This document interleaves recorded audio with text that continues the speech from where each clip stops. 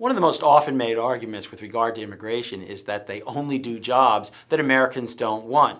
But in a recent analysis, we actually looked at all 474 occupations as defined by the Department of Commerce and found that there were only 6 that were majority immigrant, and those jobs only account for about 1% of the U.S. workforce.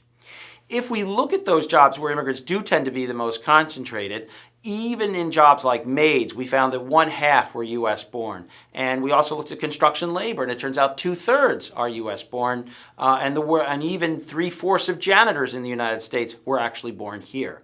So it turns out that even jobs that people sometimes think are overwhelmingly done by immigrants are, in fact, the majority of workers were born in this country.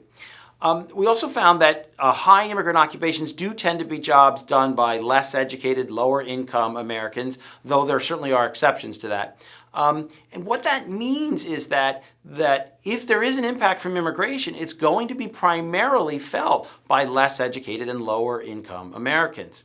Now, we also looked at illegal immigrants by occupation, and we found that there doesn't appear to be any occupations that the majority of workers are illegal immigrants. Even in agriculture, there are still lots of legal immigrants and even native-born Americans who do agricultural work. Overall, only about 4% of all legal immigrants actually work in agriculture. Many more work in construction or retail or building cleaning and maintenance. The bottom line, though, is that immigration tends to create the most competition for low-income Americans, and Congress should at least consider this question when setting immigration levels in the future.